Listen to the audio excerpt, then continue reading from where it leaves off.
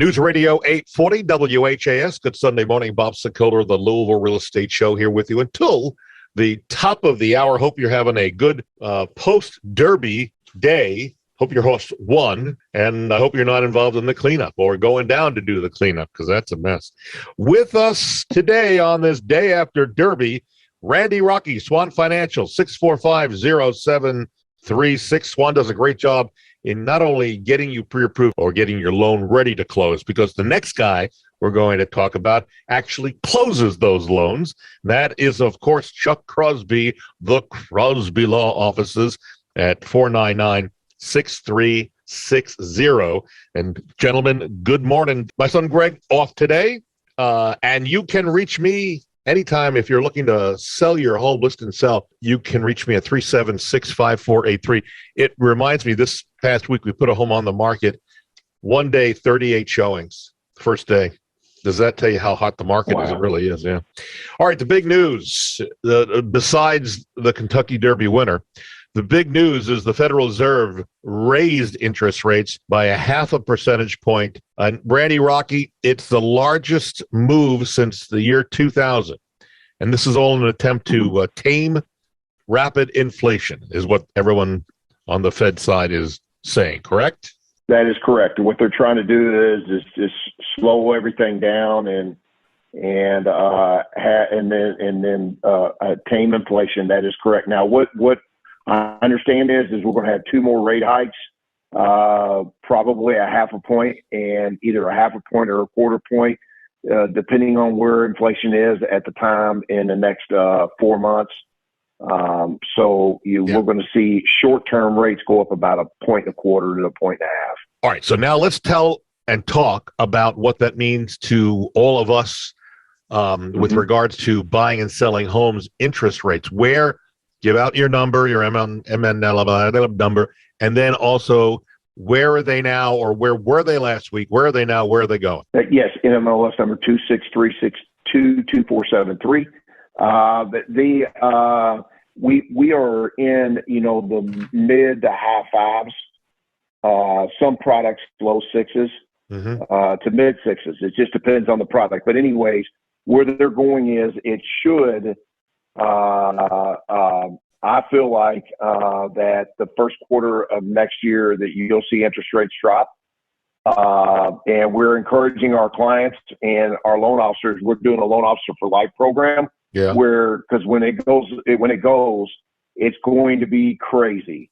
And there's going to be a lot of people refinancing again. Yeah, when you say when it goes, you're saying when it starts dropping. Oh, I'm sorry. Right. Yeah. When interest rates drop, I should have clarified that. All right. I apologize. So when that happens, it's going to because there are so many people that are laying off, so many companies are laying off 40, 50, 60, 70, 80% of their workforce.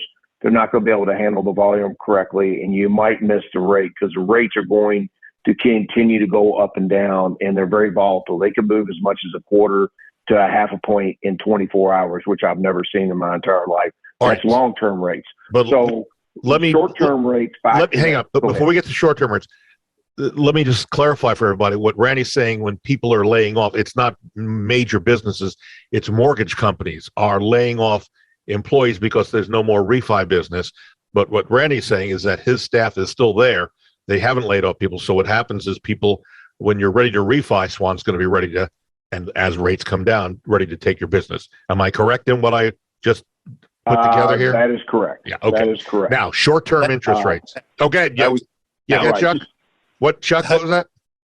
I'm glad to hear that you clarified that because I was beginning to freak out. Yeah. So what happens in the interim, the short-term part of this, within the next 6 months, usually when short-term interest rates go up, a lot of times long-term interest rates go down because we start seeing some recession-type scenarios. Things start slowing down, and what they want to do is drop long-term interest rates, which is their goal long-term is why they're doing this. So then, we can keep the houses being built, keep the building industry up, because that's the big thing. If title companies aren't closing loans, if loan officers, real estate agents, there's so many things tied to the real estate industry that they're going to do everything they can keep those rates, at least in the low fives, high fours. And they're not there right now. We will circle back because we've got other questions about the mortgage rates in just a couple of seconds. But let me bring Chuck in. Chuck, I don't know if you heard last week's show. We talked about this. Tommy was getting ready to sell his house. He actually emailed me a picture of what looks like to be asbestos tape on ductwork in the basement. So why is this an attorney question, Chuck may be asking, right? Yeah. And here's the reason why. If you missed the show last week, folks, we had kind of a aha moment because there was a realization that most home inspectors will say that you can cover that asbestos tape up, and it's out of sight, out of mind. It's covering it up with the proper material to cover it up as specified by the industry. But the question was raised by Tommy in his email, isn't that covering something up? Isn't he legally bound to keep it exposed and to not cover it up? Chuck, that's why we wanted to ask you as an attorney. I think if the proper remediation for such a thing is to, as you call it, cover it up, and using the word cover or the phrase cover up is kind of misleading, I think. Mm-hmm. There are a lot of remediations where you put something over another thing. So is that covered up? Yeah, but not in the sense that you're trying to be deceptive. As long as you're following the rules as to how to remediate, it should be fine. Now, whether or not you should mention that there is or isn't, well, that's up to the person. But if it's been remediated, I think you're going to be able to hang your hat on that. I think you're absolutely onto something there. Especially, you could say asbestos tape has been encapsulated as per requirement, right? Encapsulated, I believe, is what they call it. Yeah. And encapsulated is simply putting something over top of it, which is frequently defined as covering up. There you go. But as long as you're not trying to be deceptive, as long as you're following the rules of remediation, I'd hang my hat on that. Good. I'm glad you did. You don't wear one, but if you did, it'd be good to hang it on. All right, back to you, Randy, because this is where I was circling around for you. Pamela emailed us a question about interest rates going up and wonders if now's the time to consider an adjustable rate mortgage. So we talked about regular conventional in the 5.5, 5 plus to 6. Adjustable rate. Let's do a definition of what an ARM or adjustable rate mortgage is for those who don't know. Good. Yes, adjustable rate mortgage stays fixed for either usually a three-year period, a 5-year period, a 7-year period, or a 10-year period, and it's amortized over 360 payments. So with an adjustable rate mortgage, you can save as much as a half a point or 3/4 a point on the interest rate. So if you know you're not going to be in a home more than 5 years, then you could get an adjustable rate mortgage. And before all the rates did rise, actually adjustable rate mortgages, there wasn't any advantage to them at all. There wasn't, you couldn't save any money over getting a 30-year fixed or save on interest rate, I should say. Now you can. So yes, in certain situations, and we would counsel people on that they should look at an adjustable rate mortgage and save the half a point in interest rate. Got it. Just to let you know, a little later on the show, how safe is your home? We've got some 12 spots to double check immediately. That's coming up a little later on in the show. Also, a lot of people right now, I talk to a lot of folks who are thinking about selling but can't find their next home, so they don't want to put their home on the market. Just note, we've got 5 different ways. Several of them are there to help you find your next home before you have to leave your existing home.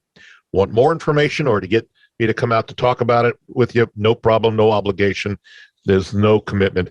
Go to bobsellmyhome.com or sellmyhomebob.com and you'll hear more about that. So back over to Chuck here. Samantha wrote in. Again, we're doing our COVID shows, which basically means you send me an email. Subject line is where you put the radio question, put the body of the question in the body of the email. And you can, by the way, see a rebroadcast of this show on LouisvilleAnswers.com. We upload it to YouTube so you can see it as well. So Chuck, Samantha wrote in an email to us. She's looking to buy a home, has walked through several homes with her realtor. She was in one house and thought the bright pink wall colors were a real turnoff, and she mentioned that to her realtor. A couple of days later, she said the same realtor called, her realtor called Samantha. The seller's realtor called Samantha, her realtor, and telling her that the owner of the house was going to paint the bright pink walls a different color, kind of a neutral gray. So, in other words, Samantha mentions this while she's walking through the house, and a couple of days later, her realtor gets a call from the listing agent realtor saying there's going to be a paint job, indicating that the seller heard what Samantha said while walking through the home. Now, that may come as a shock to everybody, but Chuck, what's the law in terms of being able to record or watch people going through your home here in the state of Kentucky? You're perfectly fine with it. As long as one party to the transaction knows what's going on, the other party doesn't. In other states, it's different. I mean, not all states are the same, is what we're saying, right? You can do that in Kentucky. Now, if you're doing it from Indiana and about Indiana, I think Maryland is the only one I can remember. But in Kentucky, that's perfectly fine. Now, I thought you were going with that whole feedback routine, where once you've done a listing, you put the feedback on the website, and that the agent had called the other agent's client untoward. No, yeah, right. That could be an issue from an ethics perspective with that realtor. Right. So, got an issue there. Yeah, no, the buyer's agent's not supposed to call the seller, or vice versa. But this is an issue where there are video cameras, and I wanted to at least talk about that for a second, because I know that there are a lot of sellers that have video cameras, audio recording equipment set up to listen to the buyers and the buyer's agents walking through their home.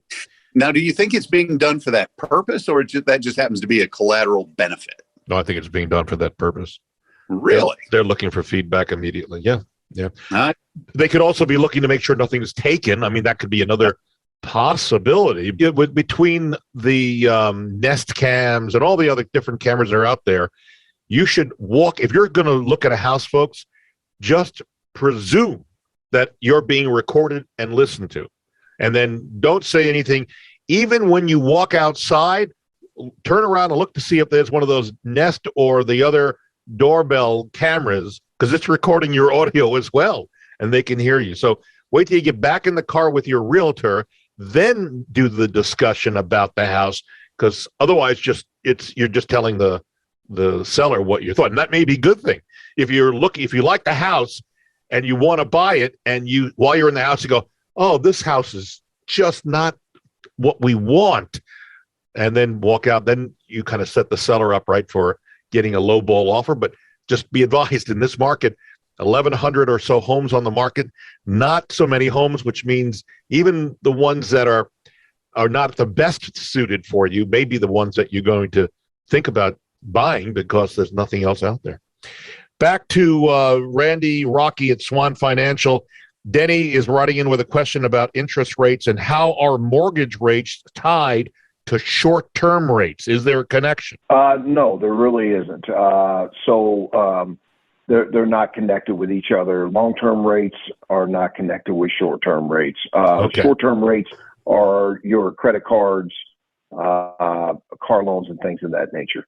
Gotcha. So that the long-term rates are obviously your home mortgage financing. Yes. Yeah. Okay. Got it. We're going to take a break. When we come back, some safety spots you need to check after the show is finished this morning. Here with us, Chuck Crosby. He does an incredible job getting loans closed. He does a lot of other things, wills, and a variety of stuff. But important here, he's entertaining. It doesn't get boring. It's always an interesting time, and you come out with a smile on your face with Chuck Crosby. 499-6360. The same can be said for Randy Rocky, Swan Financial. His people know exactly what to do to get you pre-approved and ready to go to closing. and can reach Randy and his group at 6450736. We're looking to put homes on the market. We keep selling them.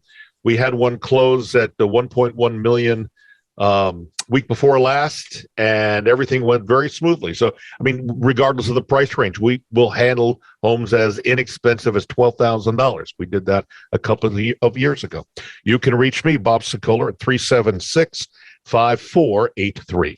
We're back in a moment on News Radio 840 WHAS. News Radio 840 WHAS, Bob Sokoler, the Louisville Real Estate Show, the post-Derby show. Hopefully you had a winner and you're recovering from yesterday's parties and events and trackside. We've got a variety of things headed here. A lot of your questions to the top of the hour. Chuck Crosby continues to stay with us with the Crosby Law Offices, 499-6360. Randy Rocky over at Swan Financial, 645-0736. My son Greg has the day off post-Derby. And you can reach me this morning or anytime at 376-5483. We come out. We'll talk about what you would need to do, maybe nothing, to get the home on the market, what the price would be, no obligation, no cost. And we thank, of course, Barbara Corcoran for her endorsement.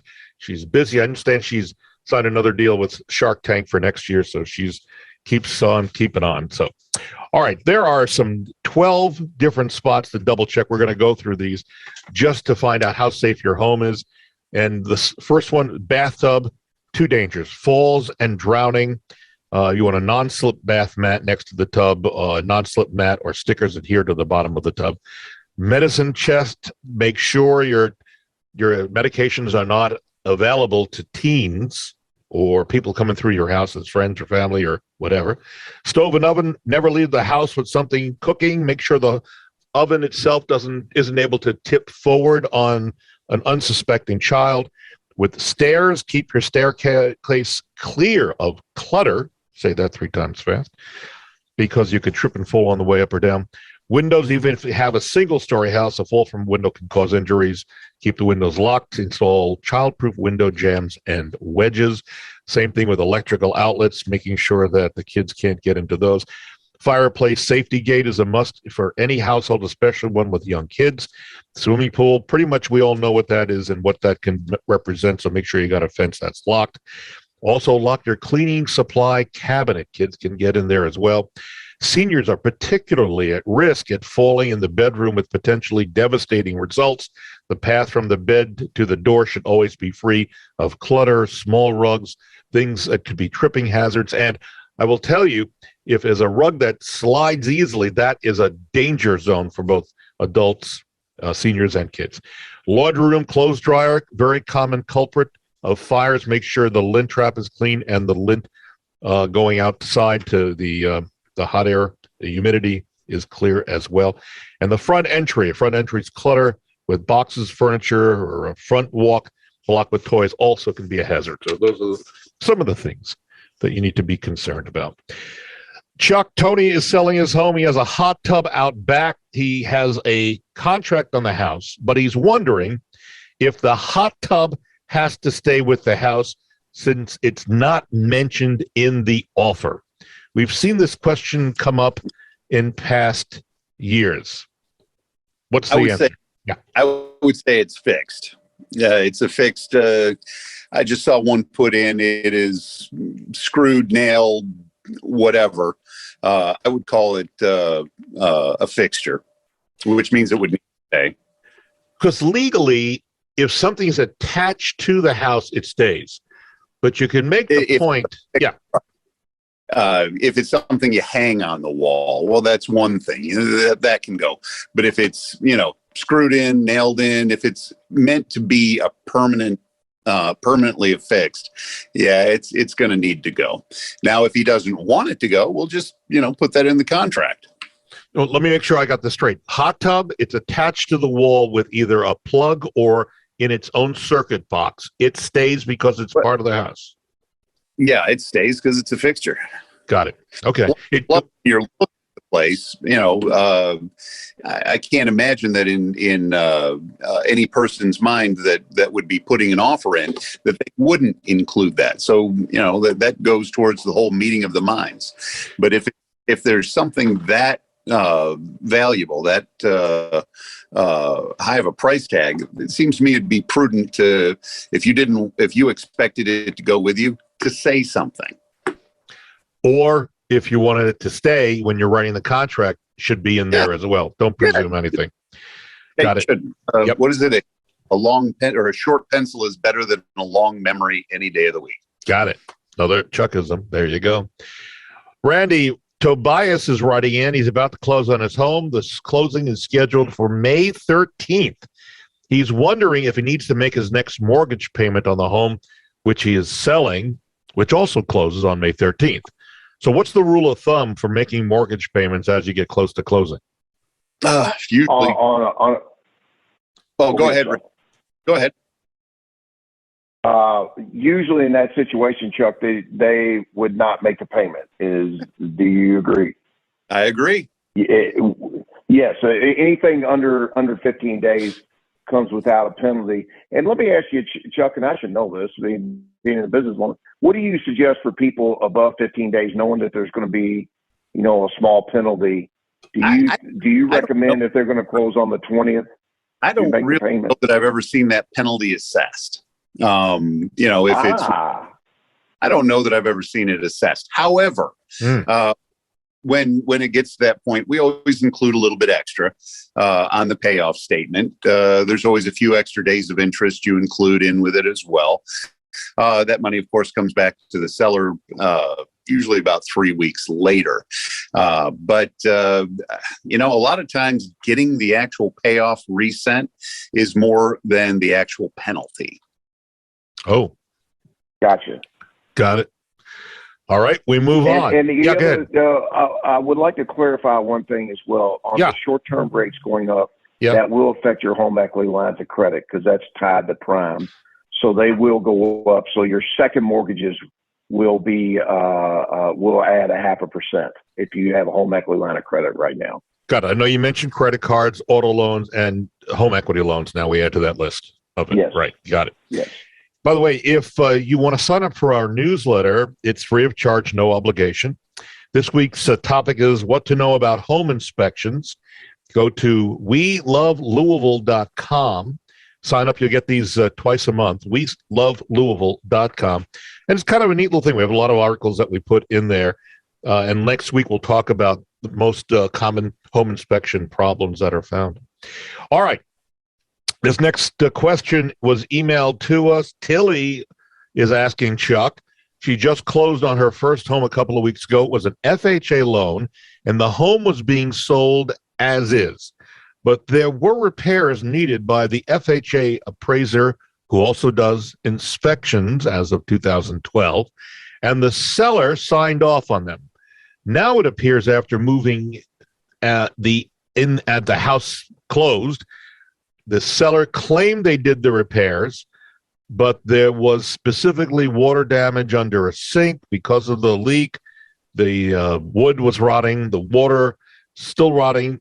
It had not been repaired. There was supposed to be a hole in a crawl space from the outside, closed off, but instead of putting a door in, they sealed it up. So in essence, what she's saying is it was sold as is. The FHA appraiser / inspector required repairs. The repairs were claimed to have been done by the seller, but they apparently were not. So what is her next steps? What's Tilly's next steps?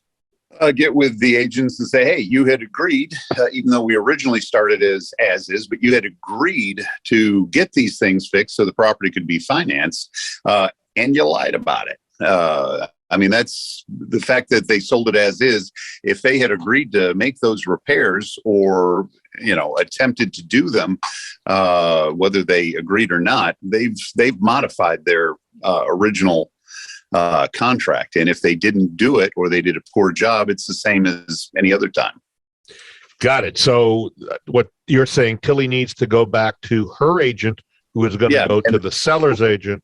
Bingo. And say, hey, what's up? And then see what's going on. It could be something simple as, we paid to go in there and he forgot. It could happen. Could have. Yes. Could.